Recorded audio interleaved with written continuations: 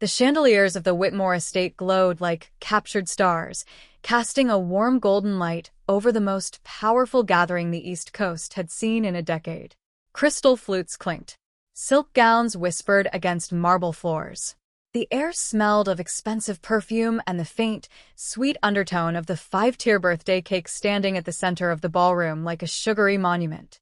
It was the kind of scene that made for perfect photographs and even better magazine covers. But I had long ago learned that perfection was just another word for a trap waiting to spring. I stood on the terrace overlooking the garden, the glass doors at my back muffling the laughter and music. The scotch in my hand was 18 years old, smooth as silk, and doing nothing to ease the tension coiled in my shoulders. My name is Lorenzo Moretti, but most people call me the Lion, and not because I have a fondness for wildlife. In my world, the nickname came with a body count attached. I had built an empire from nothing, brick by bloody brick, and tonight I was supposed to be celebrating the one thing that truly mattered to me, my son Matteo's 5th birthday. Inside, the ballroom was packed with people who owed me favors, people who feared me, and people who pretended to love me while secretly planning my downfall.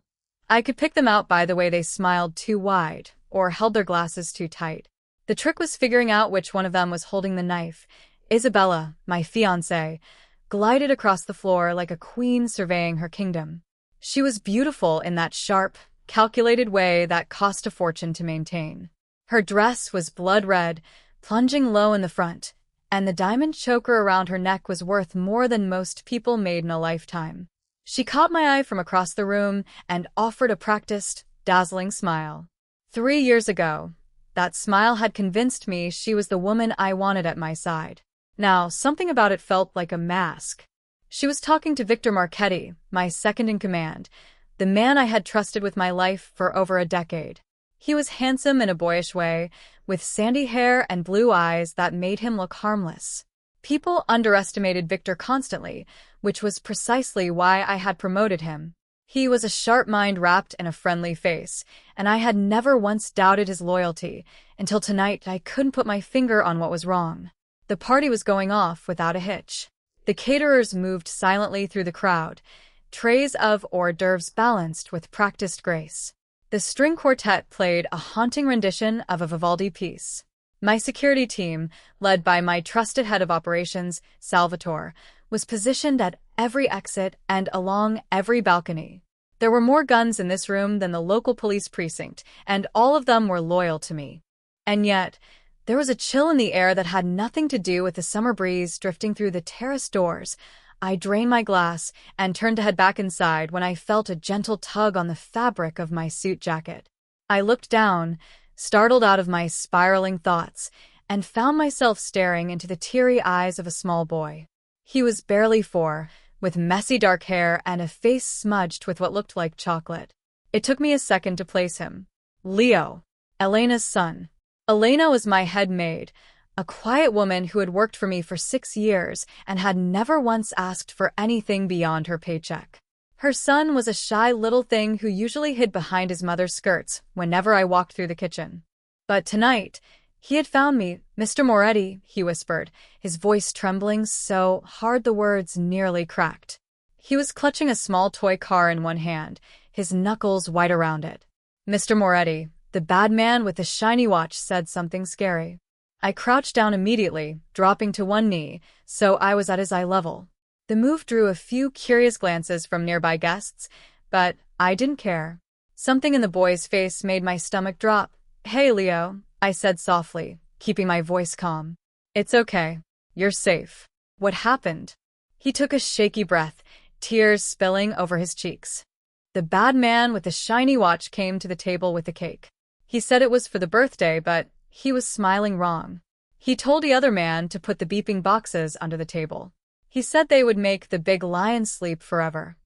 The world tilted on its axis. I felt the blood drain from my face, then rush back in a hot flood of rage. The bad man with the shiny watch. I knew exactly who that was. I had given Victor that watch 2 years ago for his birthday, a limited edition Rolex that cost more than a luxury car. He was always showing it off, flashing his wrist like a trophy. "Leo," I said, gripping his small shoulders gently. Did you hear anything else? Did you see where the boxes went? He nodded frantically, pointing toward the main dining table where the enormous cake sat on its custom cart. Under the table, the one with the long white cloth. They put the beeping boxes under there, by the legs. There were 2 of them. I heard them beeping. It sounded like a clock. I rose to my feet, my mind racing through a dozen scenarios in the span of a single breath. Bombs. They had planted bombs under the table where my son was supposed to blow out his candles in less than 30 minutes. Victor was going to take out me, my inner circle, and anyone else in the blast radius. It was a coup staged by the man I had trusted with my empire. And Isabella. She had been standing right next to him when I first saw them. She had been smiling that sharp, perfect smile. The boy was still looking up at me, his small face streaked with tears. I forced my expression to soften, even as the fire in my chest threatened to consume me. Leo, listen to me. You are a hero. Do you understand? You did exactly the right thing. Now I need you to be brave for me again. Can you do that? He sniffled and nodded, rubbing his nose with the back of his hand. Go find your mama. Tell her I sent you. Go to the kitchen and stay there. Don't leave for any reason. Do not tell anyone else about this. Do you understand? Why, yes, Mr. Moretti. Good boy. Now go. Quickly and quietly. He scurried off, weaving through the crowd of silk dresses and tailored suits like a tiny fish through a school of sharks. I watched him disappear, then turned my gaze back to the ballroom. Victor was still standing near the cake table, his back to me as he chatted with a caterer. Isabella was now speaking with a senator, her laugh ringing out clear and false across the room. I started walking. Not running, never running. The lion doesn't run. But with every step I took toward that table, I saw the faces of my enemies more clearly. Victor Marchetti, Isabella de Luca, and whoever else they had brought into their little conspiracy. I would destroy them all. But first, I had to save my son. The distance from the terrace to the main dining table felt like a mile, each step stretching into an eternity. My heart hammered against my ribs, but my face remained a mask of absolute calm. That was the trick to surviving in my world. You could be bleeding out internally, your entire empire crumbling to ash, but if you kept your expression neutral, the vultures would hesitate. They would second-guess themselves. And that hesitation was all I ever needed. I passed Salvatore on the way, my head of security, and one of the few men I trusted with my life. He was a mountain of muscle in a tailored suit, his shaved head gleaming under the chandeliers. His eyes met mine for a fraction of a second, and I gave him the slightest nod. It was a signal we had developed years ago, a silent code that meant something was very, very wrong. He didn't react visibly, but I knew he would be mobilizing my inner circle within seconds. The lion's pride was stirring. The ballroom was a maze of bodies. I smiled and nodded as I moved through the crowd, accepting congratulations and well wishes with practiced ease. A shipping magnate clapped me on the shoulder and told me my son was destined for greatness. I thanked him and kept walking. A congressman's wife squeezed my arm and gushed about the decorations. I kissed her hand and kept walking. My eyes were fixed on the prize, and the prize was Victor Marchetti's neck. He was still standing by the cake table, and as I drew closer, I could see the way his shoulders were set. There was a tension in him that hadn't been there an hour ago. He was waiting for something. Anticipation. He was practically vibrating with it, the same way a predator vibrates before it springs. He thought he was the hunter. He had no idea that the prey had just turned around and bared its fangs. Isabella intercepted me 10 feet from the table, her perfectly manicured hand landing on my arm like a claw. "Darling, where have you been?" She cooed, her voice honey laced with vinegar. "You've been neglecting your guests. People are starting to talk." "Let them talk," I said smoothly, patting her hand. "I was just getting some air. The garden is lovely this time of year." Her eyes narrowed almost imperceptibly. She was studying me, searching for cracks in my armor. She had been doing that a lot lately, and I had been too blind to see it for what it was. "Well, come along, then. Victor was just telling me the most amusing story about that deal in Miami. You really must hear it." My blood boiled at the mention of his name, but I let her lead me toward the table. The closer we got, the more I could see the setup. The table was draped in white linen that brushed the floor, hiding whatever lay beneath. The cake stood at the center, a towering confection of cream and sugar shaped like a castle. Matteo had been so excited about it. He had drawn the design himself, a crayon scribble that I had framed and hung in my office. The thought of that cake exploding, of my son's birthday becoming a massacre, made the rage in my chest burn hot enough to melt steel. Victor turned as we approached, his boyish smile firmly in place. "Lorenzo, there you are. I was beginning to think you'd abandoned your own party." He laughed, a sound that had always seemed warm and genuine. Now it felt like nails on a chalkboard. "I was just taking a moment," I said, my voice smooth as glass. "The view from the terrace is spectacular tonight, isn't it?" he agreed, his blue eyes twinkling. "Everything is perfect. The weather, the food, the company." He gestured around the room with a sweeping motion, his wrist catching the light and making the Rolex gleam. That watch. I remembered the day I had given it to him. He had been so grateful, so effusive in his thanks. He had promised to wear it always. And now it was the symbol of his betrayal, a trophy he wore to gloat over my impending destruction. "It is a beautiful piece," I said, my eyes fixed on the watch face. "The craftsmanship is impeccable. I always said you had good taste, Victor." He preened, clearly misreading my comment as admiration. "You taught me well, my friend. Everything I know, I learned from you." "Did you?" The words came out softer than I intended, almost a whisper. "I wonder if that's true." Before he could respond, Isabella stepped in, her voice bright and eager. "Enough shop talk, you two. It's almost time for the cake. Lorenzo, where is Matteo? The boy needs to be front and center for his own birthday." She was deflecting. I could see it now with painful clarity, the way she was steering the conversation away from anything too deep, too probing. She knew what was under that table. She had to. The realization hit me like a physical blow, a knife twisting in my gut. 3 years. I had given her 3 years of my life, had planned to give her my name and my legacy. And all along, she had been lying to me. "He's with his nanny," I said, my voice flat. "I'll fetch him in a moment. I wanted to have a word with Victor first. Privately." Victor's smile flickered. Just a fraction, just for a second. But I saw it. "Privately, Lorenzo. Now the cake is about to be cut. Surely it can wait." "It can't," I said, and this time there was no hiding the edge in my voice. "It's about the Miami deal. I've been reviewing the paperwork, and there are some irregularities I'd like to discuss." His face went pale. The Miami deal. He had embezzled a significant sum from that transaction, pocketing the money and blaming it on a corrupt accountant. I had known about it for weeks. I had been waiting to see if he would confess, waiting to see how deep the rot went. Now I knew. The rot went all the way to the bone. "Of course," he said, swallowing hard. "Lead the way." I turned to Isabella, pressing a kiss to her cheek. "I won't be long, my love. Make sure the cake stays safe until I get back." Her eyes flickered. Just for a moment, I saw panic there, quickly masked. She knew what I was implying. She knew I knew. "Of course, darling. I'll guard it with my life." "That's what I'm afraid of," I murmured, too low for anyone else to hear. I put my hand on Victor's shoulder, steering him away from the table.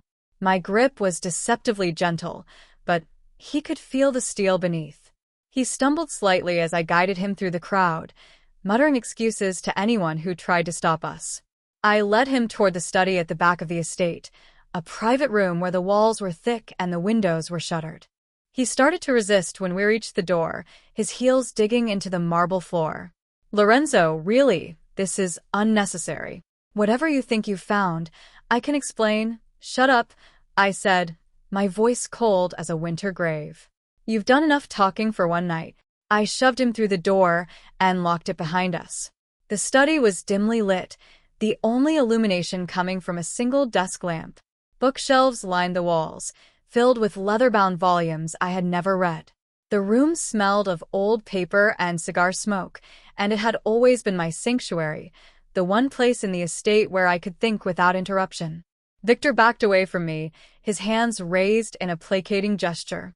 His face was a mask of practiced innocence, but I could see the sweat beading on his forehead. Lorenzo, my friend, what's this about we've known each other for years?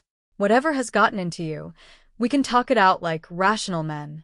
Rational, I repeated, and the word tasted like poison. You want to talk about rational? Let's talk about the explosives under the cake table. Let's talk about the beeping boxes you had your cater plant. Let's talk about how you planned to murder my son and everyone else in that room, just so you could steal what's mine. His face went white. The color drained so fast I was half afraid he would drop to the floor. I don't know what you're talking about, he stammered. Explosives, Lorenzo, that's insane. Someone has fed you lies. Leo, I interrupted, stepping closer. The little boy who saw you. The one you probably didn't even notice because you were too busy gloating over your own cleverness. A flicker of recognition crossed his face, followed quickly by rage. He had been caught by a child. A 4-year-old child. His pride wouldn't let that stand. That little brat, he hissed, his mask of innocence crumbling completely. I should have known that whining little pest would be a problem. I told the caterer to get rid of anyone who came near the table. And yet, he came near anyway, I said. And now you're standing here, sweating like a pig, while your whole pathetic plan goes up in smoke. Victor lunged. He had always been faster than he looked, and I had to give him credit for that. He came at me with a knife I hadn't seen him draw, a small blade that glinted under the desk lamp. But I had been fighting men like him since I was old enough to hold a gun, and I knew every trick in the book. I sidestepped his charge, caught his wrist, and twisted until I heard the bone crack. He screamed, the knife clattering to the floor. I shoved him against the bookshelf, pinning him there with my weight. His face was twisted in agony, his eyes wild with fear. You're going to tell me everything? I said, my voice a low growl. Who you're working with? How many of my men you've turned? Where the hostages are? Because I know you have hostages, Victor. You're not smart enough to plan a coup this big without leverage. So you're going to talk, or I'm going to break every bone in your body one by one. He laughed, a broken, manic sound. You think you've won, you think this changes anything. The bombs are still under that table, Lorenzo. The minute you leave this room, they're going to. The bombs are already disabled, I said, cutting him off. My security team took care of it the moment they got the signal. All your little devices are sitting in a lead-line box as we speak, completely harmless. You've lost, Victor. You just don't know it yet. His face crumbled. The defiance, the bravado, all of it fell away, leaving behind a broken, terrified man. Please, he whispered. Please don't kill me. I'm not going to kill you, I said, and I meant it. I'm going to make you wish I had. I reached for the phone on the desk and dialed the number for my private interrogator. The man was an artist in his own right, a master of making people talk. Victor was going to be his new canvas. Victor was whimpering on the floor, clutching his broken wrist, when the door to the study swung open. Salvatore stepped in, his massive frame filling the doorway. Behind him, I could see 2 of my most trusted enforcers, men who had been with me since the early days, when we were still fighting for scraps in the streets. They dragged a 3rd figure into the room, a man in a caterer's uniform with a bloody nose and terror in his eyes. Boss, Salvatore said, his voice a low rumble. We found this one trying to slip out the kitchen exit. He had a detonator in his pocket. I looked at the caterer, then back at Victor. Your partner, I assume the one who planted the boxes. Victor didn't answer. He was too busy trying to hold back tears of pain and humiliation. The caterer, however, was more forthcoming. He started babbling almost immediately, his words tumbling out in a frantic rush. Please don't hurt me. I was just following orders. He paid me. He said it would be easy, just a few wires, no one would get hurt. Please, I have a family. Everyone has a family, I said, my voice flat. That didn't stop you from helping him try to murder mine. I walked over to the caterer, my footsteps echoing on the hardwood floor. He flinched as I approached, trying to shrink away from me. I grabbed him by the collar of his uniform and hauled him up until his feet were dangling off the ground. He was a small man, thin and wiry, with a face that looked like it had seen better days. Here's how this is going to work, I said, my face inches from his. You're going to tell me exactly what you know, and if I believe you're telling the truth, I might let you walk out of here with all your limbs attached. If I think you're lying, I'm going to give you to Salvatore. And Salvatore, bless his heart, has a very creative imagination when it comes to making people talk. The caterer's eyes went wide. He looked over at Salvatore, who gave him a pleasant smile that didn't reach his eyes. The man started talking so fast his words blurred together. He told me about Victor's plan, the explosives, the money he had been promised. He gave me names, other conspirators, other men who had been bought and paid for.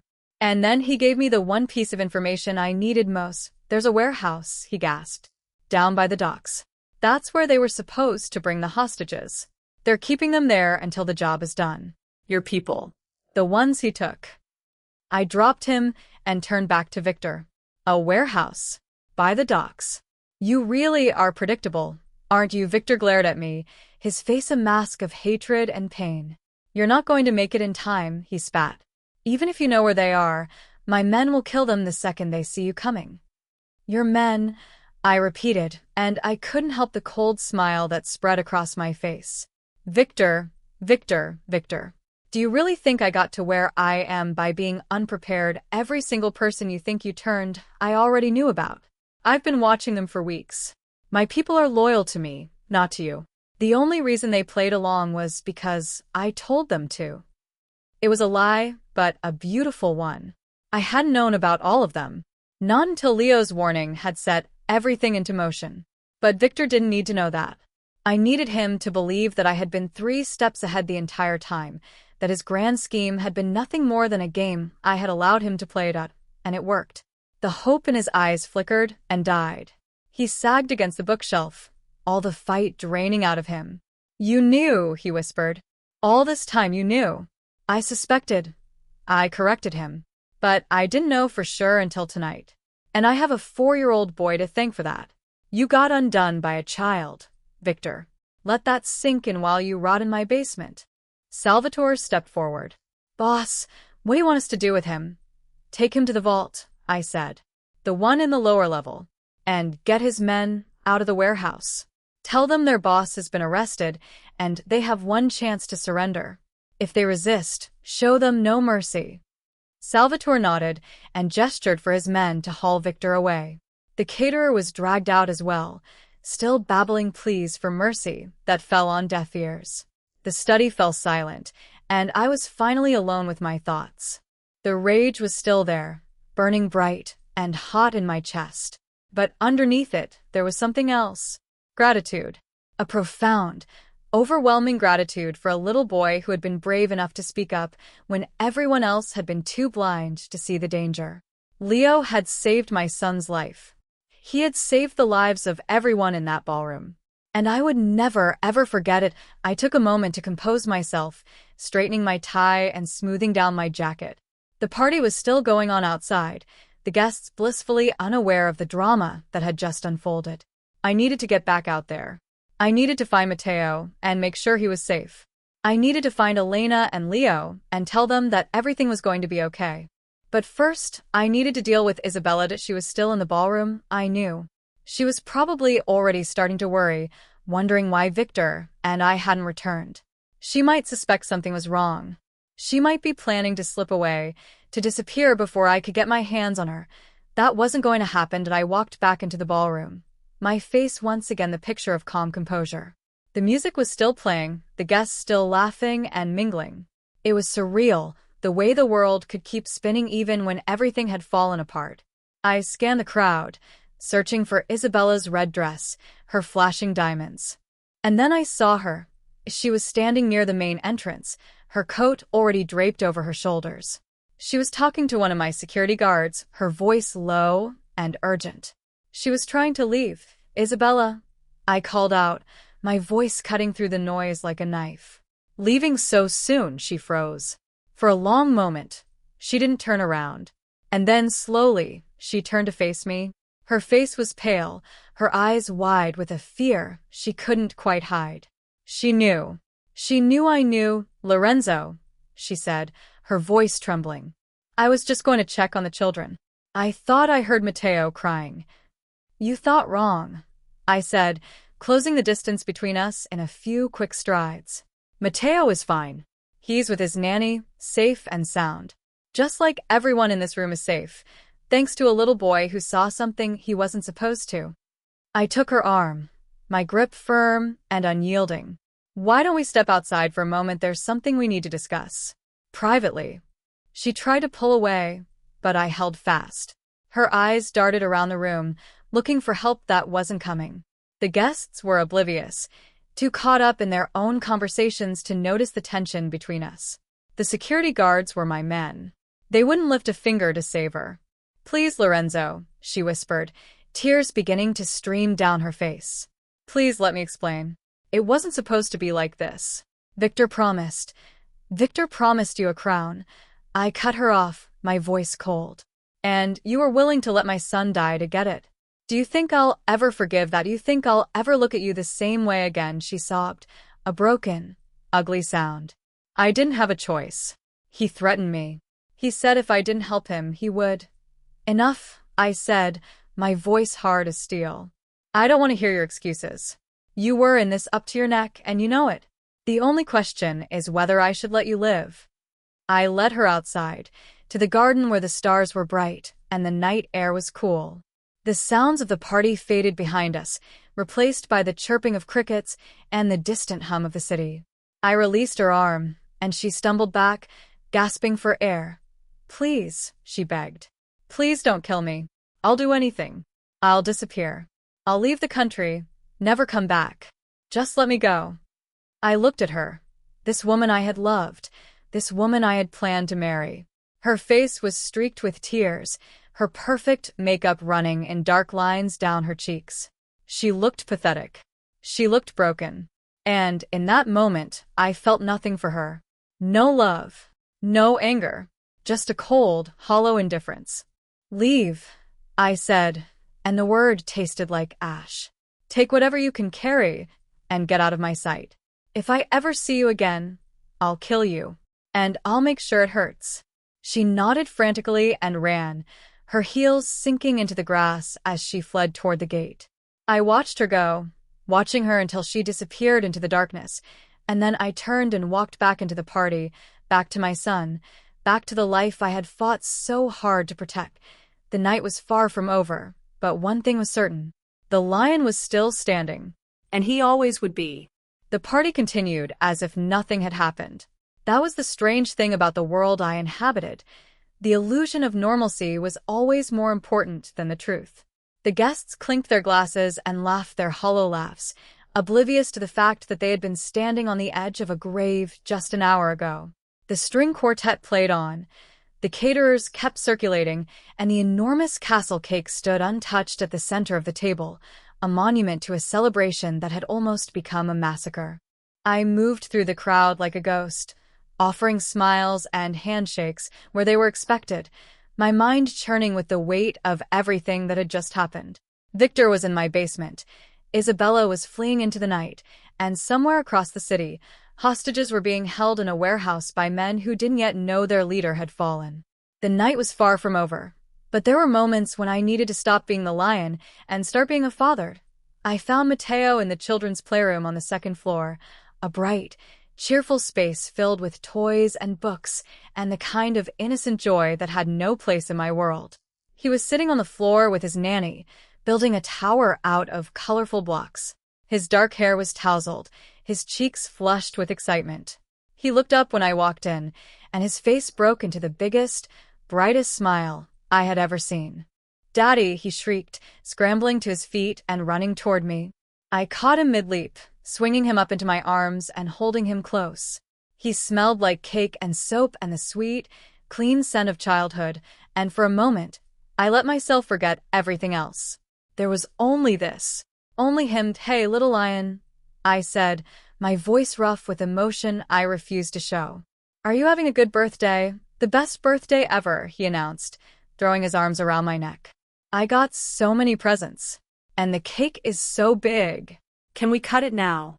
"Please, Daddy, please, soon," I promised, kissing the top of his head. "Very soon. But first, I need to talk to your nanny. Can you keep building your tower for me? I'll be right back." He nodded enthusiastically and squirmed to be put down. I set him on the floor, and he immediately ran back to his blocks, chattering happily to himself about castles and dragons and knights. I watched him for a moment, memorizing the way his small hands moved, the sound of his voice, the light in his eyes. This was what I was fighting for. This was what I would always fight for. His nanny, a middle-aged woman named Margaret who had been with us for years, approached me with a worried expression on her face. "Mr. Moretti," she said softly, "is everything all right? I heard some commotion earlier, and then the security team seemed very agitated." "Everything is fine," I said, cutting her off. "But I need you to do something for me, Margaret. I need you to take Matteo to the safe room in the basement. Now. And stay there until I come to get you." Her face went pale. "The safe room. Mr. Moretti, what's happening?" "Nothing you need to worry about," I assured her. "It's just a precaution. I need to know my son is safe while I handle some business." "Can you do that for me?" She nodded, her hands trembling slightly. "Of course, Mr. Moretti. Whatever you need." I left them there and made my way down the back staircase, moving through the servants' quarters and into the kitchen. The kitchen was a hive of activity, the staff still working furiously to prepare the next course. But in the corner, away from the chaos, I saw them. Elena was sitting on a stool, her arms wrapped around Leo, who was still clutching his toy car. His face was streaked with dried tears, and Elena looked like she had aged 10 years in the past hour. "Elena," I said, and she looked up, her eyes wide with fear. "It's all right. You're safe. You're both safe." She started to stand, but I waved her back down. "Mr. Moretti, I don't understand what happened. Leo told me he talked to you, but then there was so much commotion and the security men were everywhere. Your son saved my life tonight," I said, and the words came out more forcefully than I intended. "He saved my son's life. He saved everyone in that ballroom. I don't know how to thank you, Elena. There aren't words for what he did." She stared at me, her mouth open in shock. Leo looked up at me, his big dark eyes still wet with tears. "Did I do good, Mr. Moretti?" he asked, his voice small and trembling. I crouched down so I was at eye level with him, just as I had done an hour ago. "You did better than good, Leo. You were a hero. The bravest little boy I have ever met." His face lit up, a fragile, uncertain smile spreading across his lips. "Really, really," I said, and I meant it with every fiber of my being. "And heroes get rewarded. Do you understand? From now on, you and your mama are going to be taken care of. You'll never have to worry about anything again. I promise you that." Elena started to cry, tears of relief and gratitude streaming down her face. "Mr. Moretti, that's too much. We don't need." "It's not too much," I interrupted firmly. "It's not nearly enough. The debt I owe you and your son can never be fully repaid. But I intend to spend the rest of my life trying." I stood up and looked at the kitchen staff, who were all staring at us with a mixture of shock and curiosity. "Listen up," I said, my voice carrying across the room. "This woman and her son are under my personal protection. Anyone who so much as looks at them wrong will answer to me. Is that understood?" A chorus of murmured agreements rippled through the room. The staff knew better than to question me. They had seen what happened to people who crossed the line. I turned back to Elena.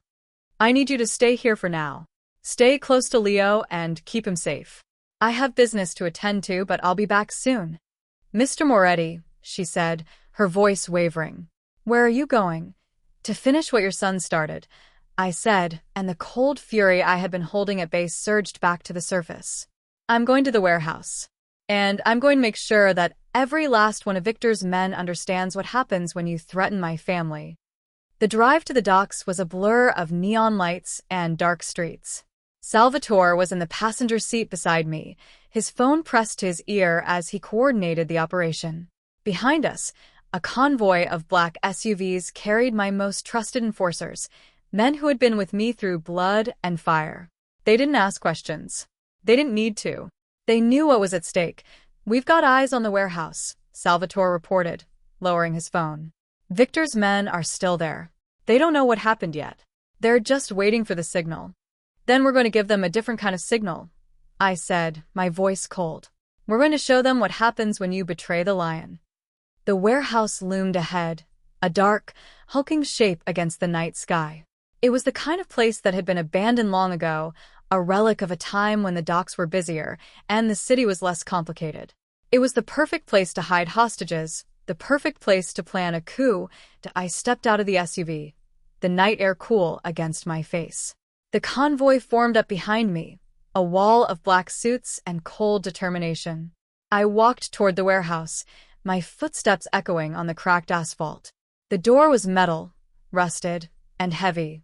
I pushed it open, and the sound of it scraping against the concrete was the only warning they got. The men inside looked up, their faces a mixture of shock and confusion.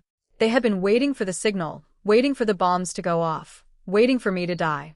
Instead, I was standing in front of them, very much alive, with an army at my back. "Good evening, gentlemen," I said, my voice carrying across the vast, empty space. "I believe you have something that belongs to me." The silence that followed was deafening. And then, from the corner of the room, I heard a voice. A woman's voice, weak but defiant. "Lorenzo, is that really you?" I turned, and there they were. The consigliera's wife, Maria, and my security chief's daughter, Sofia. They were tied to chairs, their faces bruised and tear-streaked. But they were alive. They were alive, and that was all that mattered. "Stand down," I ordered Victor's men, and to my surprise, they obeyed. The weapons they had been holding clattered to the floor. The fight had drained out of them the moment they saw me. They knew they had lost. I walked over to Maria and Sofia, cutting their bonds with a knife Salvatore handed me. "You're safe now," I said, my voice gentle. "I'm taking you home." Sofia looked up at me, her eyes filled with tears. "Thank you," she whispered. "Thank you for coming." "Don't thank me," I said, and I thought of a little boy with a toy car and a brave heart. "Thank a hero." The warehouse fell silent as I finished cutting the ropes from Maria's wrists. She was shaking, her hands raw and bloody from where she had struggled against her bonds. Behind her, Sofia was sobbing quietly, her face buried in her hands. They had been here for 2 days, held in the dark by men who had no loyalty to anyone but their paychecks. I helped Maria to her feet, steadying her as she swayed. "Can you walk?" I asked. She nodded, her voice hoarse. Yes. "Yes, I think so." I turned to Salvatore. "Get them to the vehicles. Have the medic check them over. I want a full report on their condition before we move anyone else." Salvatore nodded and gestured for 2 of his men to escort the women out. They moved quickly, efficiently, the kind of practiced precision that came from years of working for me. Maria paused at the door, looking back over her shoulder. Her eyes met mine, and there was a depth of gratitude there that words couldn't capture. "Thank you, Lorenzo," she said. "I knew you would come." I never doubted it for a second. I inclined my head, acknowledging her words. She had always been a steadfast woman, the wife of my consigliera, a man who had served me faithfully for 20 years. Her trust meant more to me than she would ever know. Once they were safely out, I turned my attention to the men cowering in the corner of the warehouse. There were 6 of them, all dressed in black, their faces pale and drawn. They had surrendered without a fight, dropping their weapons the moment I walked through the door. They knew better than to try their luck against me. "Who's in charge here?" I asked, my voice flat. No one answered. They exchanged nervous glances, each of them waiting for someone else to speak up. I sighed, a sound of weary impatience, and walked over to the nearest one. He was a young man, barely out of his teens, with a scraggly beard and eyes that darted around the room like a trapped animal. "I asked a question," I said, grabbing him by the collar and hauling him to his feet.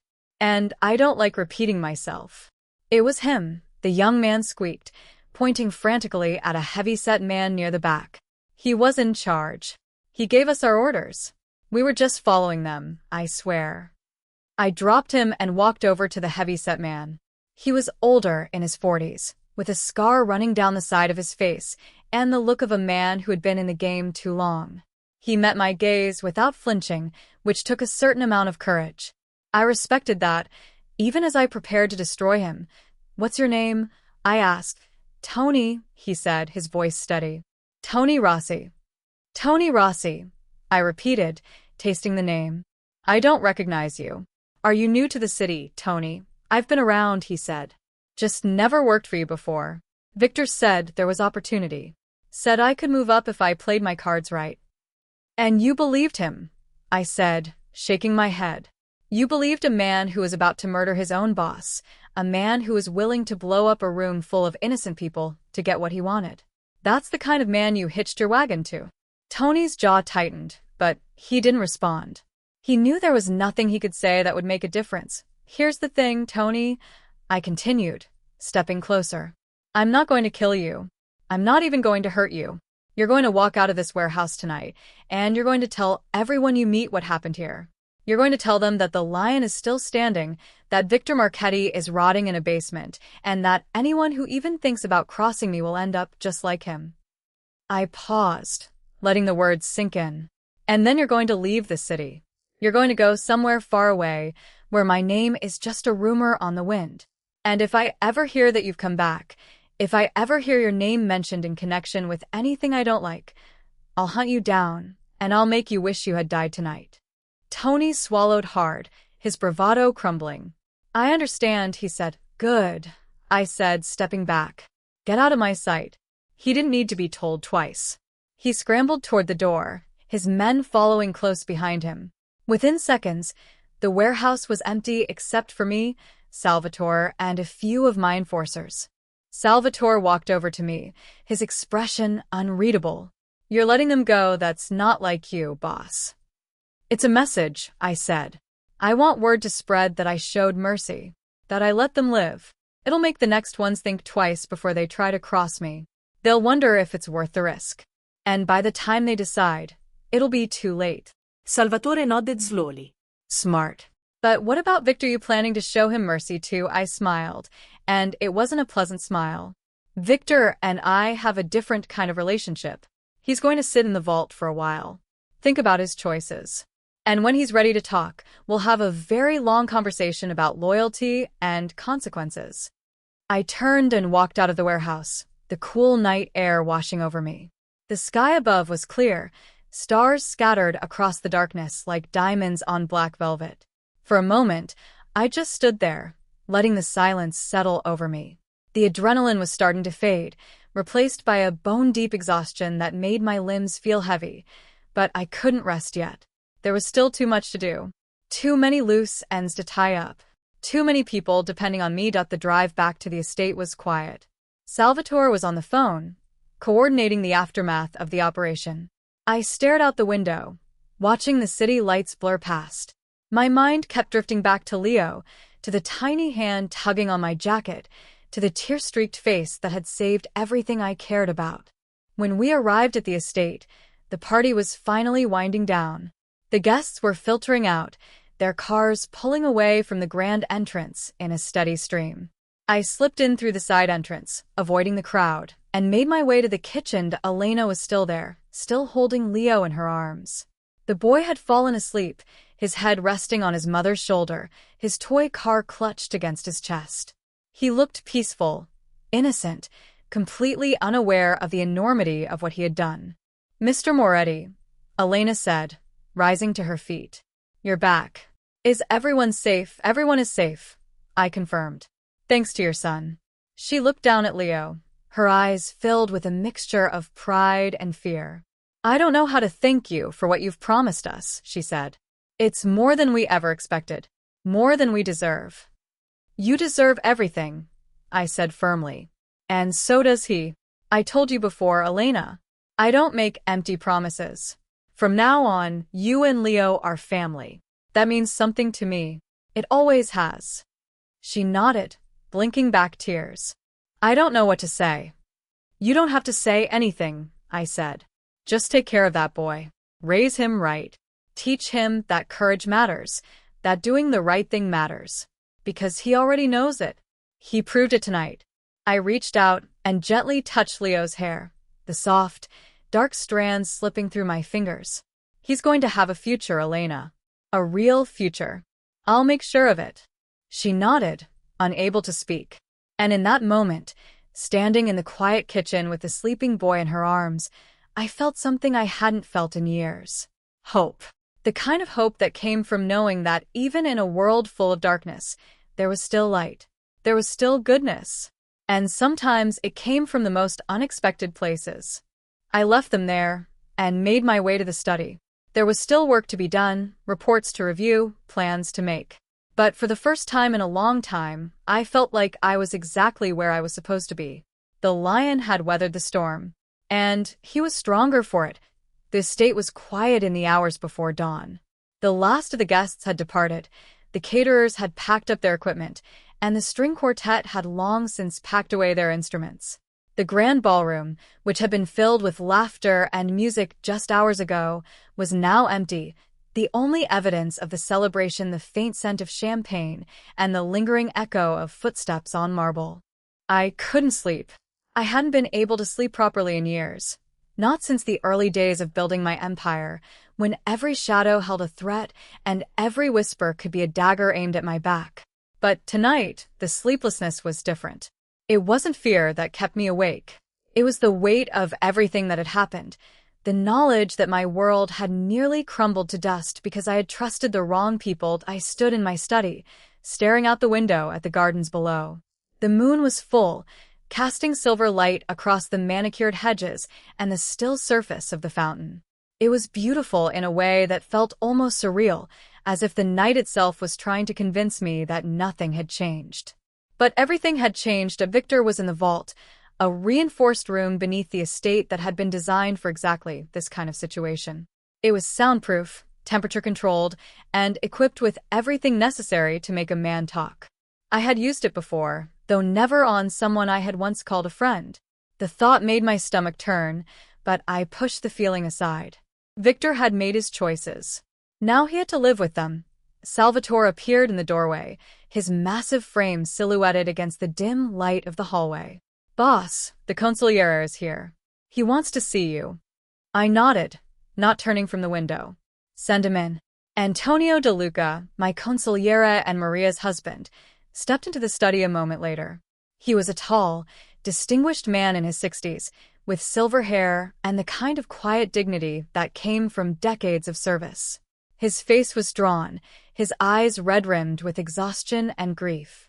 He had been with his wife since the moment Salvatore's men brought her home, refusing to leave her side even for a moment.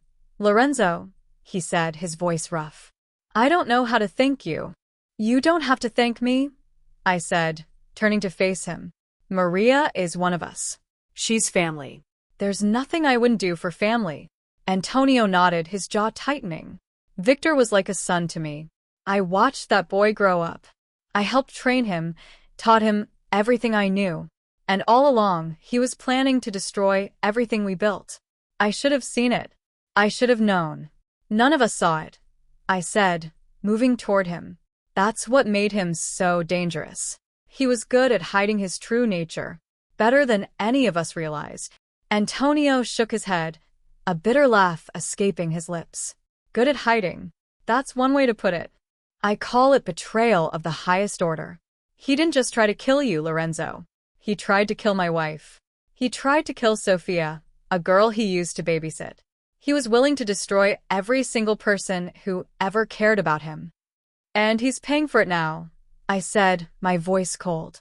"He'll spend the rest of his life in that vault, or worse. I haven't decided yet." Antonio looked at me, his eyes searching my face. "What are you going to do to him?" "I don't know," I admitted.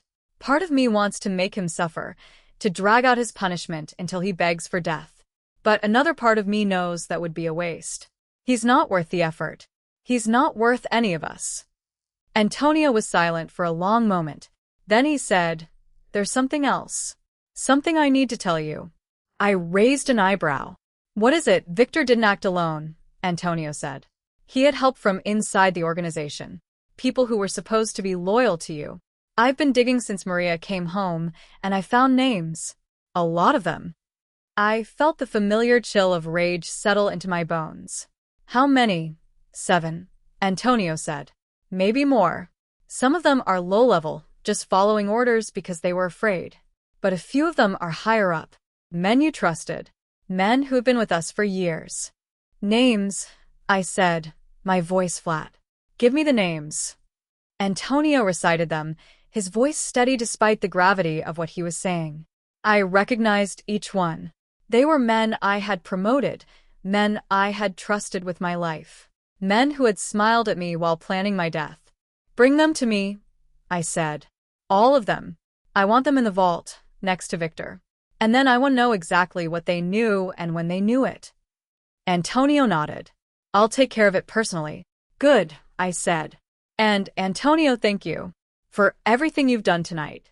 I know it wasn't easy. Antonio met my gaze, and there was something like steel in his eyes. You saved my wife's life. There is nothing I wouldn't do for you after that. Nothing. He left, and I was alone again. I walked back to the window, staring out at the gardens. The first hints of dawn were starting to lighten the sky, pale streaks of pink and gold painting the horizon. It was beautiful, and for a moment, I let myself forget the darkness of the night. But the darkness was still there, lurking in the shadows. And I knew that I would have to face it again soon. That I thought about Leo, about the brave little boy who had saved us all. I thought about Elena, about the tears in her eyes when I had promised to take care of them. I thought about Matteo, about the innocent joy on his face when he had blown out his birthday candles, blissfully unaware of the danger he had been in. Those were the things that mattered. Those were the reasons I fought. Not for power, not for wealth, but for the people who depended on me, the people who trusted me to keep them safe. I would not fail them. I would not let the darkness win. The sun rose over the city, and I made a silent vow. I would rebuild. I would strengthen my empire. I would root out every trace of disloyalty and make sure that no one ever threatened my family again. And I would do it all for the boy who had given me a second chance, the boy who had taught me that even in the darkest moments, there was always a reason to hope the lion was still standing. And he always would be. The vault was a cold, forbidding place beneath the estate, a labyrinth of concrete and steel that had been designed to hold the worst enemies the Moretti family had ever faced. I had only been down here a handful of times in the years since I built it, and each visit had left a stain on my soul. But today I needed to see Victor. I needed to look him in the eyes and understand how a man I had trusted with everything could have thrown it all away. Salvatore accompanied me, his presence a silent reassurance, as we descended the narrow staircase. The air grew cooler with each step, the sound of our footsteps echoing against the bare walls. At the bottom, a heavy steel door stood open, revealing a small room with a single chair bolted to the floor. Victor was sitting in that chair, his wrists bound behind him, his face bruised and swollen from the rough treatment he had received the night before. He looked up when I entered, his eyes hollow and glassy. The arrogance was gone, replaced by something that looked almost like defeat. "Lorenzo," he said, his voice hoarse. "I was wondering when you'd come. Did you think I wouldn't?" I asked, pulling up a chair and sitting across from him. "Did you think I'd just forget about you, leave you down here to rot?" "I hoped," he said, and there was a bitter edge to his words. "I hoped you'd have the decency to let me die quickly." "Decency," I repeated, and I couldn't help the cold laugh that escaped my lips. "You're asking me for decency, you, who planted bombs under a table where my son was supposed to blow out his candles. You, who held innocent women hostage just to get what you wanted. You lost the right to ask for decency the moment you decided to betray me." Victor's jaw tightened, but he didn't argue. He knew I was right. He had gone too far, crossed too many lines. There was no coming back from what he had done. "I don't expect you to forgive me," he said, his voice quiet. "I don't expect you to understand. But I need you to know that I didn't do it because I hated you. I did it because I was tired of being in your shadow. Tired of being the second choice, the one who always had to follow your lead. I wanted a chance to be the one in charge for once. I wanted people to fear me the way they fear you. And look where that got you," I said, gesturing around the room. "You're sitting in a concrete box, waiting to die. That's what your ambition bought you. A cold room and a painful end." Victor met my gaze, and for a moment, I saw a flicker of the man he used to be, the friend I had trusted, the partner I had believed in. "I was wrong," he said. "I know that now. And I'm sorry." Not because I'm afraid of dying, but because I let my pride destroy everything I cared about. I hurt people who didn't deserve it. People who trusted me. People like you. I stared at him, searching for any sign of deception. But there was none. He was telling the truth as far as I could tell. And that made it worse somehow. It was easier to hate a man who was pure evil. It was harder to hate a man who had simply lost his way. I'm not going to kill you, I said finally, and the words tasted like ash. It would be too easy. Too quick. I want you to live with what you've done. I want you to sit in this cell and think about every single choice that led you here. And when you're ready to tell me everything you know about the people who helped you, I'll be listening. Victor's eyes widened. You're not going to kill me. Not today, I said, standing up. Maybe not ever. But you're going to wish I had. I turned and walked out of the room, Salvatore following close behind. The heavy steel door slammed shut behind us, and I heard the click of the lock engaging. Victor was alone again, trapped in the silence of his own making. Salvatore looked at me, his expression unreadable. Boss, are you sure that was the right call? He nearly destroyed everything we've built. He deserves to suffer. He will suffer, I said, my voice flat. He'll suffer every day for the rest of his life. But killing him would be too easy. I want him to sit with his guilt, to replay every moment of his betrayal over and over again.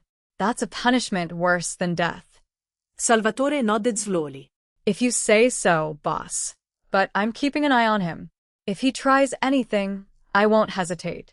Neither will I said. But for now, let him rot. We walked back up the stairs, emerging into the warm light of the estate. The sun was high in the sky, the day stretching ahead of us like a blank canvas. I had 1,000 things to do, 1,000 decisions to make. But for now, I just wanted a moment of peace. I made my way to the kitchen, where Elena was busy preparing breakfast. Leo was sitting at the small table in the corner, coloring in a book with fierce concentration. He looked up when I entered, a smile spreading across his face. Mr. Moretti, he exclaimed, hopping down from his chair. You came back. Of course I came back, I said, crouching down to his level. I told you, Leo. You and your mama are family now. And family always comes back. He beamed, his small chest puffing out with pride. Mama said I'm a hero. Is that true? More than you'll ever know, I said, ruffling his hair. And I'm going to make sure you're always safe. No one is ever going to hurt you or your mama again. I promise. Elena appeared behind him, her eyes wet with tears. Mr. Moretti, you don't have to. I do, I interrupted gently. I owe your son everything. And I always pay my debts. I spent the next hour with them, watching Leo color and listening to Elena talk about her life before she came to work for me. It was peaceful, a small oasis of normalcy in the chaos of my world.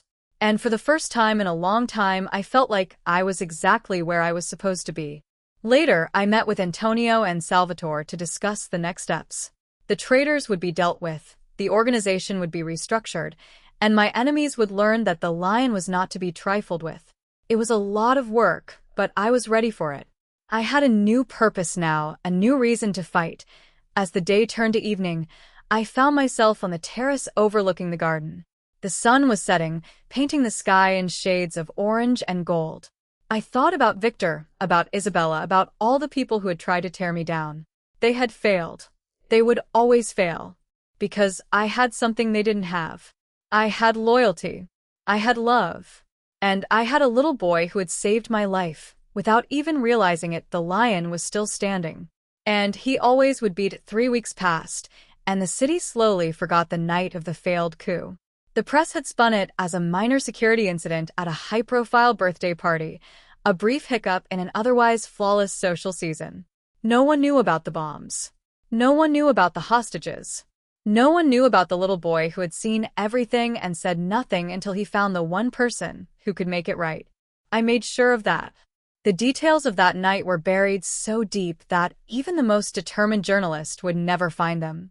The people who needed to know knew. Everyone else could go on believing the lies. That was how the world worked after all. Lies wrapped in pretty packages were easier to swallow than the ugly truth. Victor remained in the vault. He had started talking on the third day, giving up names and locations with the desperate eagerness of a man who had finally realized the depth of his mistake. I had listened to everything he said, cataloging each piece of information with cold precision. Most of it I had already known, but there were a few surprises, a few names I hadn't expected. The 7 traitors Antonio had identified were dealt with swiftly and without mercy. I made sure their punishment was public enough to serve as a warning but private enough to maintain the illusion of stability.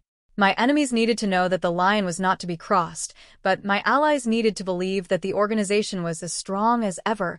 It was a delicate balance, but I had been walking that tightrope for decades. Elena and Leo had moved into the estate. It had been my suggestion, not a request. I had a guest wing that was largely unused, and I had offered it to them without hesitation. Elena had protested at first, insisting that she was just a maid and didn't deserve such treatment. But I had been firm, and eventually, she had relented. The transformation in Leo had been remarkable. The shy, frightened boy who had tugged on my jacket that night was gone. In his place was a confident, happy child who ran through the halls of the estate with the kind of carefree joy that I wished I could bottle and give to my own son. He and Matteo had become inseparable, 2 little boys who spent their days building forts and chasing each other through the gardens. Watching them together, I felt something I hadn't felt in a long time. Contentment. The knowledge that despite all the darkness in my world, there was still light. Still hope. One afternoon, I found myself in the kitchen, watching Elena prepare dinner. She moved with the practiced grace of someone who had spent years in service, her hands sure and steady. Leo was playing at the small table in the corner, his toy car still clutched in his hand. He never seemed to put it down, that car. I suspected it had become a kind of talisman, a reminder of the night he had been brave. "Mr. Moretti," Elena said, glancing over her shoulder. "Would you like to stay for dinner? I'm making pasta. It's Leo's favorite." "I would love to," I said, surprising myself with how much I meant it. "Thank you, Elena." She smiled, a warm, genuine smile that reached her eyes. "It's the least I can do. You've given us so much, more than we could ever repay." "You don't have to repay me," I said. "I told you before. You and Leo are family now. That's not something you can repay. It's something you accept." She didn't argue. She just nodded, her eyes glistening, and turned back to the stove. Leo looked up from his car, his dark eyes bright and curious. "Mr. Moretti, will you play with me after dinner? Matteo is coming too. We're going to build the biggest castle ever." "I wouldn't miss it," I said, and the words felt lighter than they should have. Dinner was simple, but it was the best meal I had eaten in years. We laughed and talked, and for a few hours, I forgot about Victor and the traitors and the endless weight of running an empire. I was just a father, sharing a meal with people who mattered to me. Afterward, I found myself in the garden with the 2 boys. The sun was setting, casting long shadows across the grass. Leo and Matteo were building their castle, their small hands working together with a harmony that seemed almost magical. I watched them, a smile tugging at the corner of my mouth. They were so innocent, so unaware of the darkness that lurked just beyond the walls of the estate. I wanted to keep it that way. I wanted to protect them from the world I inhabited, the world of blood and betrayal and endless scheming, but I also knew that they would have to learn eventually. The world was not kind, and the people in it were not always good. They would need to be strong, to be smart, to survive in a world that would try to tear them down. I would teach them. I would teach them everything I knew, everything I had learned from years of fighting and surviving. I would make sure they were ready for whatever came their way. The sun dipped below the horizon, and the stars began to emerge. Leo looked up at me, his face illuminated by the fading light. "Mr. Moretti, will you stay with us forever?" The question caught me off guard. I knelt down beside him, meeting his eyes.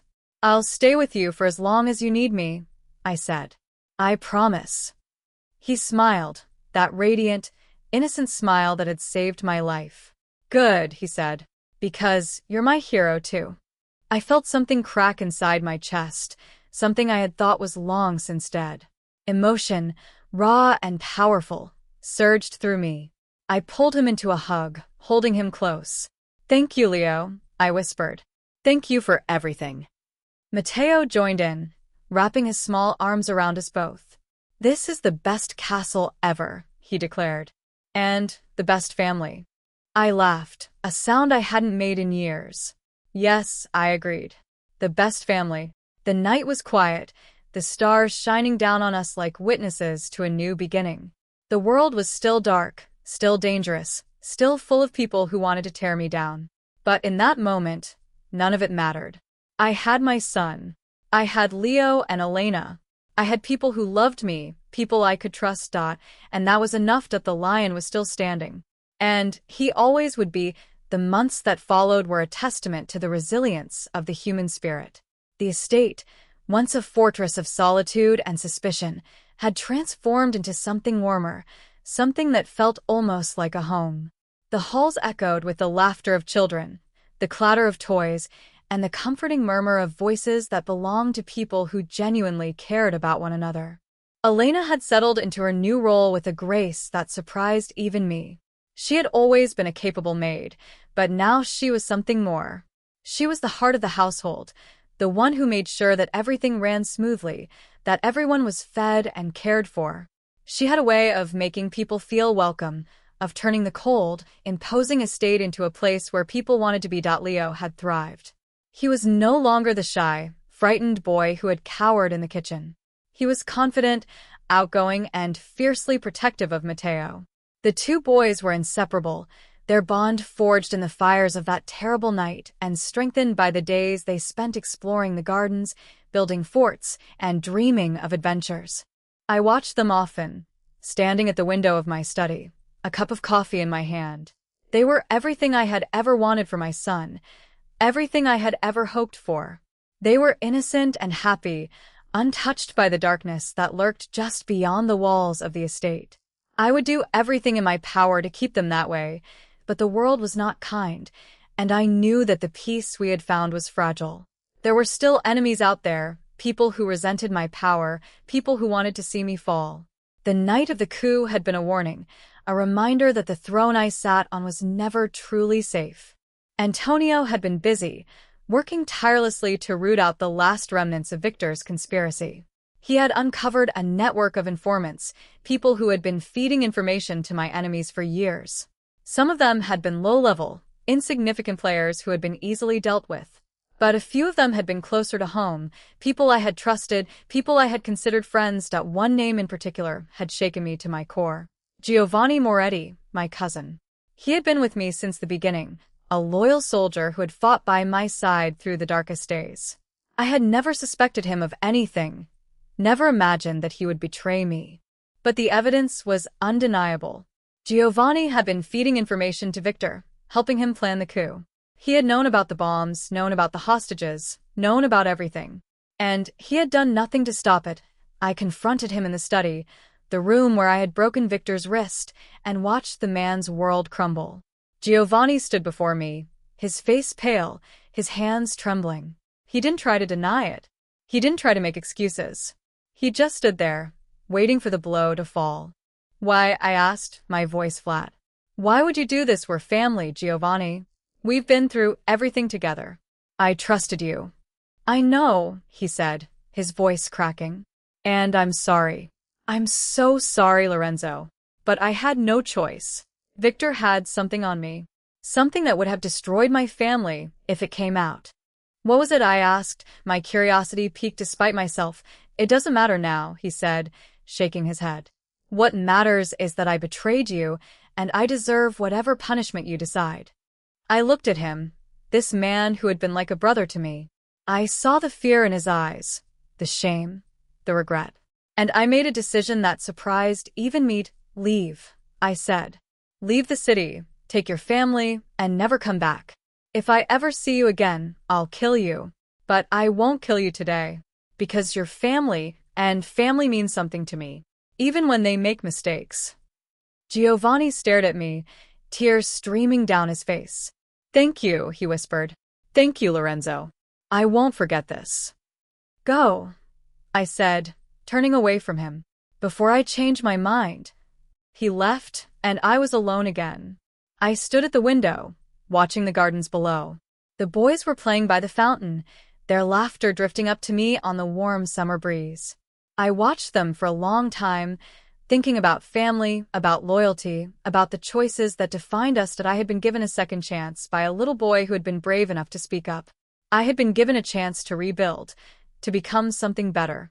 And I would not waste it. The days turned into weeks, and the weeks turned into months. The estate settled into a rhythm, a peaceful routine that felt almost too good to be true. Elena and I had grown closer, our friendship deepening into something I hadn't expected. She was a good woman, kind and strong, and I found myself looking forward to the moments we spent together. Leo had started school, a private institution that I had personally vetted. He was doing well, his teachers praising his intelligence and his kindness. Mateo had started kindergarten, and he was thriving as well. The two boys were still inseparable, their bond as strong as ever. One evening, I found myself on the terrace, watching the sun set over the city. Elena joined me, a glass of wine in her hand. She stood beside me, her shoulder brushing against mine. "It's beautiful," she said, her voice soft. "It is," I agreed. "But it's even more beautiful when you have someone to share it with." She smiled, and in that moment, I realized how much she meant to me. She wasn't just the maid who had saved my life. She wasn't just the mother of the boy who had been brave enough to warn me. She was my friend, my confidant, the one person in the world who made me feel like I could be something more than the lion. "Thank you," I said, turning to face her. "For everything. For being here. For being you." She blushed, looking down at her glass. "I should be thanking you. You've given us so much. More than we ever dreamed of." "You gave me my son," I said, my voice rough with emotion. "You gave me a reason to keep fighting. That's worth more than anything I could ever give you." She looked up at me, her eyes shining with unshed tears. And in that moment, I knew that I would do anything to protect her, to protect Leo, to protect the fragile happiness we had built. The lion was still standing, and he would never stop fighting for the people he loved. A year had passed since the night that changed everything. The estate, once a symbol of cold power and calculated alliances, had become something else entirely. It was warm now, filled with laughter and the pitter-patter of small feet. The grand ballroom, where the bombs had been planted under Mateo's birthday cake, was still used for parties, but the parties were different. They were smaller, more intimate, filled with people who genuinely cared about one another rather than scheming for power. I stood in the gardens, watching the sun set over the city. The sky was painted in shades of orange and gold, the same colors that had greeted me on the morning after the coup. So much had changed since then. I had changed. The lion was still fierce, still formidable, but he had learned that there was more to life than power and control. Elena came up beside me, slipping her hand into mine. She had been by my side through it all, a quiet strength that had anchored me when the world felt like it was spinning out of control. We had grown close over the past year, our friendship deepening into something I hadn't dared to name. But I knew what it was. I loved her, and I was no longer afraid to admit it. "The boys are playing in the fountain," she said, her voice soft and amused. "They're soaked." I laughed, the sound surprising me. "Let them be kids. They have plenty of time to be adults." She smiled, leaning into me. "You're a good father, Lorenzo. I hope you know that." "I try," I said. "It's not always easy, but they make it worth it." We stood there for a long moment, watching the sun sink below the horizon. The first stars were beginning to appear, tiny pinpricks of light in the darkening sky.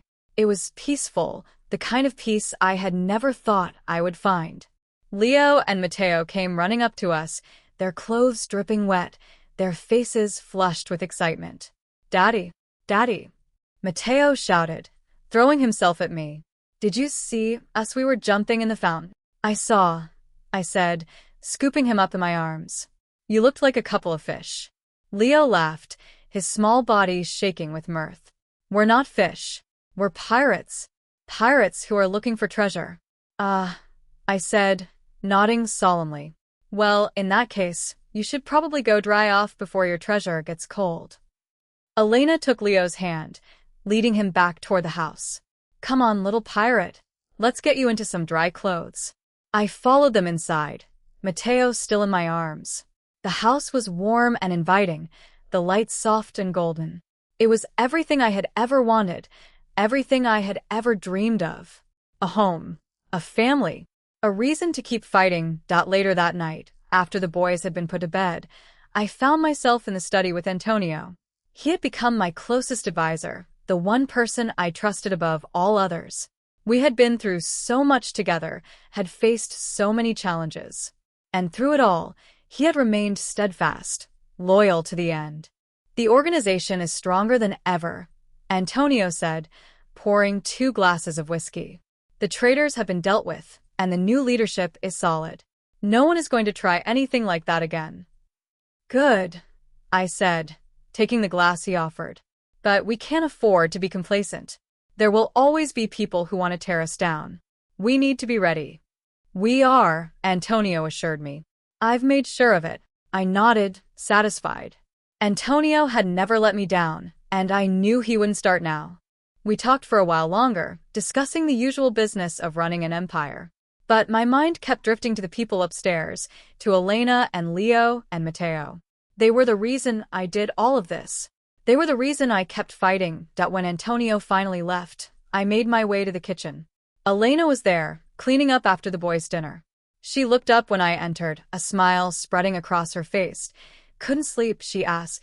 Not yet, I said. I wanted to see you. She set down the dish she was holding, turning to face me fully. Is something wrong? No, I said, moving closer. Everything is right. That's what I wanted to tell you. She looked confused, her brow furrowing. I don't understand. Elena, I said, taking her hands in mine. I've been thinking about this for a long time. About us. About what we could be if we let ourselves. Her eyes widened, and I saw the hope flickering there, mingled with fear. Lorenzo, what are you saying? I'm saying that I love you, I said, the words coming out more easily than I had expected. I love you and I love Leo. I want us to be a family. All of us. Together. Tears welled up in her eyes, spilling down her cheeks. Are you sure? She whispered. Are you sure this is what you want? More than anything, I said, pulling her into my arms. I've never been more sure of anything in my life. She hugged me back, her body shaking with sobs. I love you too, she said, her voice muffled against my chest. I've loved you for so long, I was afraid to say it. Then don't be afraid anymore, I said. Not ever again. We stood there in the quiet kitchen, holding each other, and I felt something I hadn't felt in years. Hope. The kind of hope that came from knowing that no matter what happened, I had someone to share it with. The next morning, I gathered everyone together in the garden. Mateo, Elena, Leo, Antonio, and the few others who had become part of my inner circle. I stood before them, my heart pounding in my chest. I have something to say, I began, my voice carrying across the gathered crowd. I've spent my whole life building an empire, fighting for power, fighting for control. But I've come to realize that none of it matters without the people you love. I turned to Elena, taking her hand. I love this woman, and I love her son. They have become my family, and I want to make it official. I knelt down, pulling a small velvet box from my pocket. Elena's gasp was audible, her hand flying to her mouth. Elena, I said, opening the box to reveal a simple diamond ring. Will you marry me? Her tears flowed freely, her voice shaking as she said, Yes, yes, of course I will. I slipped the ring onto her finger, and the gathered crowd erupted into applause. Leo and Mateo rushed forward, throwing their arms around us. It was chaotic and loud and absolutely perfect. That evening, I sat in the garden, watching the stars come out. Elena was beside me, her head resting on my shoulder. The boys were asleep, dreaming of adventures and treasures and castles in the sky. I thought about the night I had almost lost everything, about the little boy who had been brave enough to warn me. I thought about the journey we had taken, the pain and the joy, the loss and the redemption. The lion was still standing. And now, he was no longer alone. The future was uncertain, full of challenges and dangers that I couldn't yet foresee. But I knew one thing for certain. I would face them with the people I loved by my side. And that made all the difference. The wedding took place on a crisp autumn afternoon. The gardens of the estate transformed into a sea of white roses and golden leaves. Elena walked down the aisle in a simple ivory dress, her hand resting on Antonio's arm, her face radiant with joy. Leo stood beside Matteo at the altar, both boys dressed in tiny suits, their eyes wide with the solemn importance of the occasion.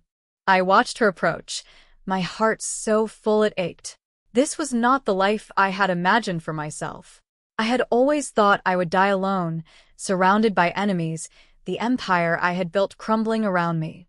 But here I was, standing at the altar with the woman I loved, surrounded by the family I had found in the most unexpected places. The ceremony was short, the vows simple and heartfelt. When the priest pronounced us husband and wife, I kissed Elena with all the passion and gratitude I felt. The gathered crowd cheered, the sound echoing across the gardens and into the crisp autumn air. The reception was a celebration unlike any the estate had ever seen. There was music and dancing, laughter and tears. The boys ran through the crowd, their joy infectious. Antonio gave a toast that brought tears to my eyes, speaking of loyalty and redemption and the power of second chances. As the night wore on, I found myself on the terrace, looking out at the city below. The lights sparkled like stars, a reminder of the world I had once ruled with an iron fist. But I was no longer the same man who had built that empire. I was something new, something better. Elena joined me, slipping her hand into mine. "What are you thinking about?" she asked. "I'm thinking about how lucky I am," I said. "How lucky I am to have found you, to have found Leo, to have this second chance." She smiled, leaning her head against my shoulder. "We're the lucky ones. You gave us a home, a family, a future. I gave you what you deserved," I said. "You and Leo saved my life. It's the least I could do." We stood there in silence, watching the stars. The night was quiet, peaceful, perfect. "I want to make a change," I said after a long moment. "I've been thinking about it for a while now. I want to step back from the organization, let Antonio take over day-to-day operations. I want to spend more time with you, with the boys. I want to be present for their lives." Elena looked up at me, her eyes wide with surprise. "Are you sure this is everything you've worked for?" "It was everything I thought I wanted," I said. "But I've learned that there are things more important than power. There's love. There's family. There's the legacy I want to leave for my children." She nodded, a tear slipping down her cheek. "I think that's a wonderful idea." I pulled her close, wrapping my arms around her. "We'll travel," I said. "We'll see the world. We'll give Leo and Matteo the childhood they deserve." "And when they're older," she asked, "then we'll teach them everything we know," I said. "We'll show them how to be strong, how to be kind, how to stand up for what's right. We'll give them the tools to build their own futures." She smiled, her eyes shining with hope. "That sounds perfect." The night wore on, and eventually, we made our way back to the party. The music was still playing, the laughter still echoing. Leo and Matteo were dancing together, their small bodies moving with the kind of uninhibited joy that only children possess. I watched them, my heart swelling with love and pride. They were the future, the reason I had fought so hard to survive. And as I stood there, surrounded by the people I loved, I made a silent vow. I would never let the darkness win again. I would protect this family, this happiness, with every ounce of strength I had. The lion was still standing, but now he was a lion with a heart full of love, a future full of hope, and a family that would never stop fighting for each other. The end was not an ending at all. It was a beginning, and I couldn't wait to see where it would lead.